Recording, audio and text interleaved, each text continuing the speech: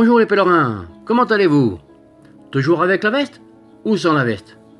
Mais ils m'ont dit qu'hier à Burgos, même si c'était le mois d'août, il faisait frais, comme ils disent là-bas. Mais pour ceux d'entre nous qui viennent d'une autre latitude, il fait froid, ouf. Eh bien, l'étape que nous allons faire aujourd'hui est une étape 2 en 1. Pourquoi? Parce que normalement, si nous regardons la carte, de Burgos, nous allons généralement à Hontanas, qui vient du mot fontana, source, puis à Boadilla del Camino. Eh bien nous, au lieu de faire ça, un par un, nous allons faire une étape et demie. Nous allons nous rendre dans un petit village qui se trouve ici, entre Fontanas et Boadilla del Camino, qui est Castroreris. Castroreris est génial. C'est pourquoi nous avons décidé d'aller là-bas, dans cette si petite ville. Voyons voir, petite parce qu'elle a diminué. Parce qu'au début du XXe siècle, il y avait 2300 habitants. Et aujourd'hui, il y en a actuellement seulement 800. Ceci en raison de l'exode rural, entre autres circonstances. Mais le simple fait d'y aller et de voir ces cathédrales dans une ville attire beaucoup d'attention. Eh bien, nous y allons car l'auberge est également construite sur une ancienne église. Elle est magnifique. Et, juste une question, quelle est la partie du corps qui vous brûle le plus? Eh oui, bien sûr, ce sont les mollets. Car si on va vers l'ouest et que le soleil se lève à l'est, quand on commence à marcher, on oublie parfois de mettre la crème sur le dos des jambes, les mollets. Et après, quelques jours, ils sont déjà un peu rougeâtres. Et comme ils sont encolorés, et ils sont presque brûlés. Nous protégerons donc tout notre corps, parce que notre corps nous parle aussi. Nous le verrons. Passez une bonne journée.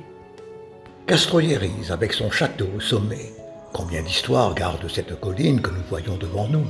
Le nom du lieu vient du terme romain castrum et du wisigoth Sigieris. Cela nous donne une idée de la longue histoire de cette population. Peut-être que la partie haute était déjà habitée avant l'époque romaine. À partir du XIIe siècle, lorsque la domination espagnole ramena la paix sur ce territoire, la population abandonnait la protection du château situé au sommet et se rapprochait des champs cultivés. C'est son époque de splendeur, et Castroieris se développe dans la chaleur du chemin de Saint-Jacques, ayant 7 hôpitaux pour les pèlerins et 9 églises pour les besoins spirituels. L'actuel Castroieris a eu la chance de ne pas avoir été excessivement altéré au fil du temps.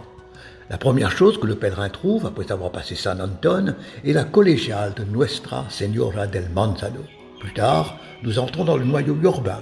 Ces rues se déroulent autour de la Calle Real, la route que les pèlerins parcourent d'est en ouest en direction de Compostelle.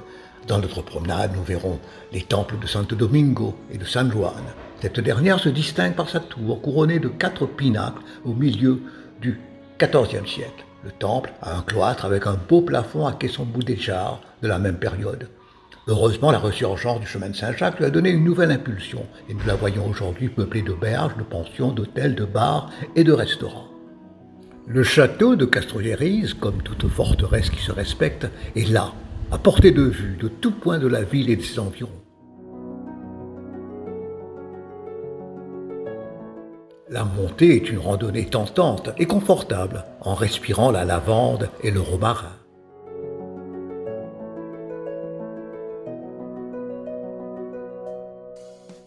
Le prix d'honneur est de se promener parmi ces ruines mystérieuses, de traverser des salles labyrinthiques, déconcertées par le temps et les sous-bois.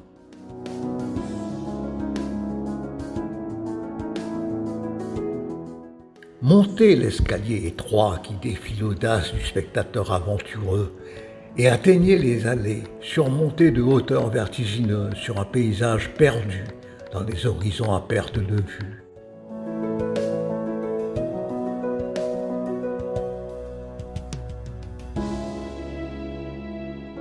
On lui attribue une origine romaine, et ses murs ont connu l'ardeur combative des Wisigoths, des Maures et des chrétiens.